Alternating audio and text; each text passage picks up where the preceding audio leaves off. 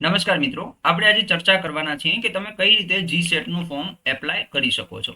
તો સૌથી પહેલા અહીંયા આપણે ટાઈપ કરી દઈશું જી સેટ. બરાબર, આટલું કરશું એટલે પહેલું જ હોમ પેજ આવી જશે, જી સેટ હોમ. બરાબર, અહીંયા કને ક્લિક કરશો એટલે આવું હોમ પેજ એક ખુલી જશે. હવે તમને ગુજરાતીમાં સેટ નથી થતું, તમે ઇંગ્લિશ વેબસાઇટ કરી શકો છો, તો બધી ઇન્ફોર્મેશન ઇંગ્લિશમાં આવી જશે. બરાબર, પણ જ્યાં સુધી હું માનું છું ત્યાં સુધી ગુજરાતી, આપણે ગુજરાતી છીએ તો આપણને ગુજરાતી સમજવામાં સરળતા રહે. ઓકે, હવે આગળ સૌથી પહેલી અગત્યની બાબત શું છે તો કે તમારે એક માહિતી પુસ્તિકા જે છે ને એ વાંચવી પડે. અહીંયા ડાબી સાઈડમાં તમને દેખાઈ રહી છે. ઓકે, એ તમારે માહિતી પુસ્તિકા અવશ્ય વાંચવી જોઈએ. ઓકે, બીજી વસ્તુ કે ફોર્મ ભરતી વખતે તમારે 2 સ્ટેપ ની અંદર આ ફોર્મ તમારું સબમિટ કરવાનું હોય છે. પહેલું સ્ટેપ જો અહીંયા લખેલું છે કે જી સેટ રજીસ્ટ્રેશન માટેના 2 ફરજિયાત પગલા. પહેલું પગલું છે કે ભાઈ પહેલા પૈસા આપો ને પછી તમારું ફોર્મ ભરાશે. બરાબર, એટલે કે પહેલો પે એક્ઝામિનેશન ફી, પરીક્ષાની ફીની ચૂકવણી. પહેલી ફી ભરાશે ને એના પછી તમારું રજીસ્ટ્રેશન થશે. તો સૌથી પહેલા આપણે ક્લિક કરીએ સ્ટેપ 1 ઉપર, પગલું 1 ઉપર. ઓકે, હવે પગલું 1 તમે કરો છો એટલે કે તમારા સ્ક્રીન ઉપર એક જ મિનિટ, તમને નહીં દેખાઈ રહ્યું હોય, હું જે છે એ તમને દેખાય એવો કંઈક પ્રયત્ન કરું છું. તમને દેખાતું હશે હવે? બરાબર, કે જો અહીંયા કને તમને ઇન્ફોર્મેશન દેખાતી હશે કે ભાઈ જો તમે અગાઉ ફી ચૂકવવાનો પ્રયાસ કર્યો હોય તો કૃપા કરીને ફરી પ્રયાસ કરતા પહેલા 30 થી 60 મિનિટ રાહ જુઓ. કેટેગરી વાર પેમેન્ટ અપડેટ થવામાં 24 થી 48 કલાકનો સમય લાગી શકે છે. તો એકવાર ચૂકવણી જે છે એ ફી રિફંડેબલ નથી, રિફંડ પાત્ર નથી, એટલે ખાસ ધ્યાન રાખશો. ઓકે, તો આ પ્રકારની ઇન્ફોર્મેશન તમને આપેલી છે. બીજી વસ્તુ કે જે માહિતી પુસ્તિકા આપણે મેં તમને ત્યાં કહ્યું કે આ વાંચવી ફરજિયાત છે, એ તમારે વાંચી લેવાની છે. ઓકે, અને ના વાંચવી હોય તો પણ અહીંયા મેં ઇન્ફોર્મેશન તમને આપેલી છે. તો સૌથી પહેલું છે તમારું નામ. જે તમે નામ જે છે તમારું, બરાબર, એ નામ તમારે તમારા એમએ ની માર્કશીટના આધારે ભરવાનું છે. ઓકે, એના પછી અહીંયા કને છે બર્થ ડેટ, જે તમારી જન્મ તારીખ છે એ મહિનો, દિવસ અને યર, અથવા તો અહીંયાથી સિલેક્ટ કરશો તો પણ ચાલશે. ઓકે, સિલેક્ટ કરશો તો પણ ચાલશે. એના પછી તમારું active email ID, active mobile number.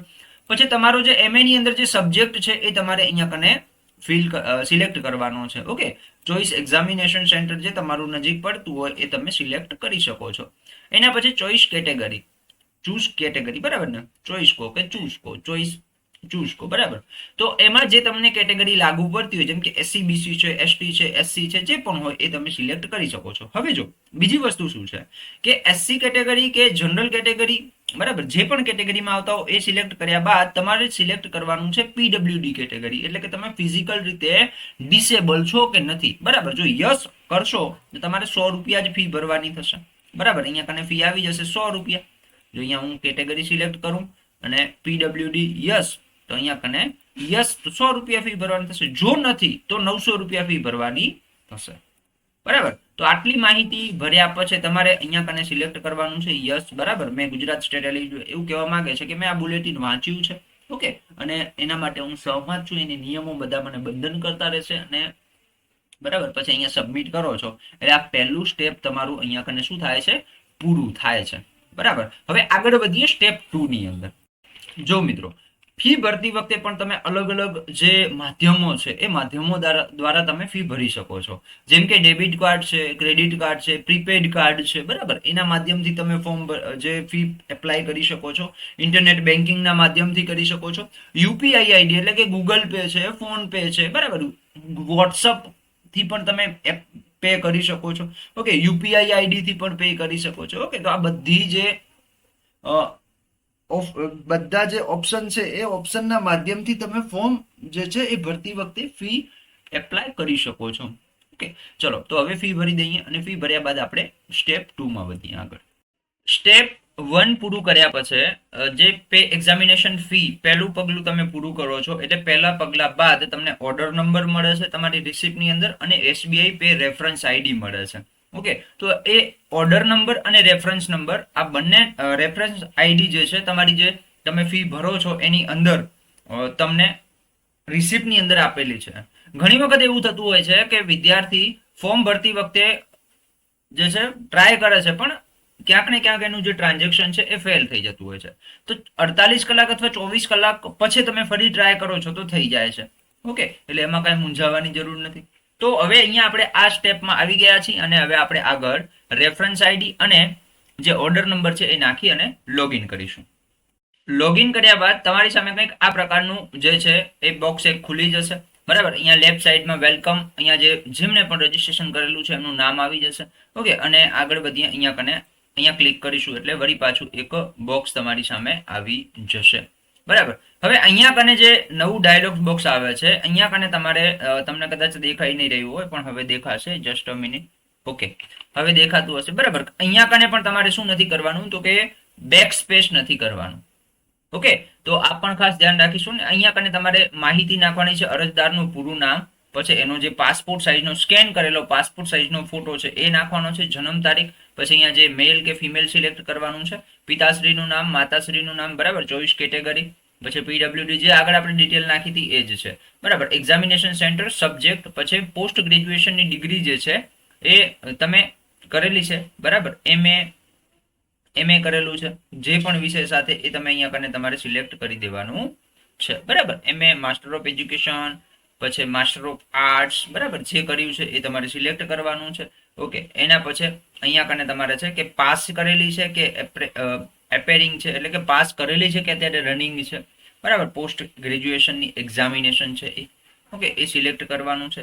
એના પછી અહીંયા એડ્રેસ નાખવાનું છે તમારું. ઓકે, એડ્રેસ નાખ્યા પછી આ જે ડિટેલ છે એ તમારી ઓલરેડી ફિલ થઈને આવી જશે, કારણ કે આ પેમેન્ટની ડિટેલ છે. પછી અહીંયા કને ડિક્લેરેશન યસ કરી અને તમારે સબમિટ કરી દેવાનું છે. ઓકે, તો હવે આગળ હું પણ જે છે આ ડેટા અંદર નાખી અને પછી સબમિટ કરું છું. જોઈએ છીએ આગળ શું આવે છે. અહીંયા કને બીજી એક મહત્વની બાબત એ છે કે તમે જ્યારે કેટેગરી સિલેક્ટ કરો છો, બરાબર છે, કેટેગરી તમે જ્યારે સિલેક્ટ કરો છો ત્યારે એસીબીસી કરો છો તો એસીબીસી નો જે સર્ટિફિકેટ નંબર છે એ તમારે અહીંયા નાખવાનો આવશે. બરાબર, એટલે એ પણ ખાસ ધ્યાન રાખજો જ્યારે ફોર્મ ભરી રહ્યા છો ત્યારે એસીબીસી નો જે સર્ટી છે તમારું નોન ક્રિમિલિયર સર્ટિફિકેટ, એ સર્ટિફિકેટ ખાસ તમે લઈને બેસજો, કારણ કે ફોર્મ ભરતી વખતે તમારે એની જરૂરિયાત પડવાની છે. ઓકે, હવે એની અંદર જે તમને પ્રમાણપત્ર ક્રમાંક આપેલો છે, બરાબર, પ્રમાણપત્ર ક્રમાંક આપેલો છે એ તમારે અહીંયા કને એન્ટર કરવાનો છે. બરાબર, કારણ કે એની અંદર અરજી ક્રમાંક પણ હોય છે, એટલે ખાસ ધ્યાન રાખજો. નોન ક્રિમિલિયર પ્રમાણપત્ર નંબર તમને પૂછેલો છે. બરાબર, અહીંયા લખેલું જ છે, જુઓ, પ્રમાણપત્ર નંબર. ઓકે, એટલે જે એસીબીસી કેટેગરીના ઉમેદવારો છે એમને પ્રમાણપત્ર ક્રમાંક આપેલો હશે.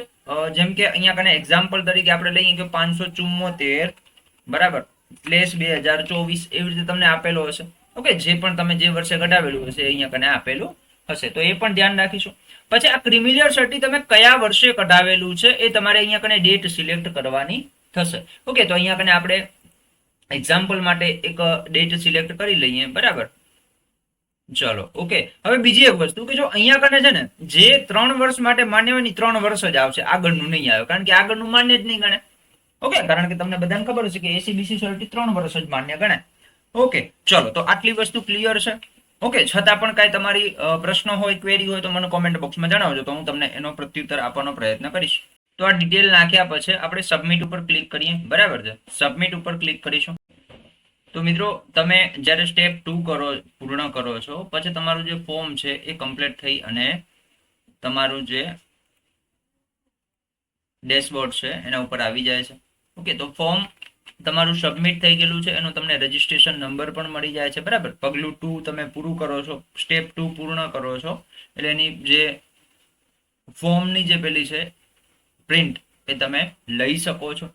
ઓકે, ચલો, તો આ રીતે તમે જે છે એ GSET નું ફોર્મ ભરી શકો છો. આશા રાખું છું આ માહિતી આપને હેલ્પફુલ થઈ હશે. જો હેલ્પફુલ થઈ હોય તો તમારા મિત્રોને અવશ્ય શેર કરો. મળીએ નેક્સ્ટ માહિતી સાથે. આવી જ નવી માહિતી માટે આપણી ચેનલને સબસ્ક્રાઇબ કરવાનું ભૂલતા નહીં. જય હિન્દ એન્ડ જય ભારત.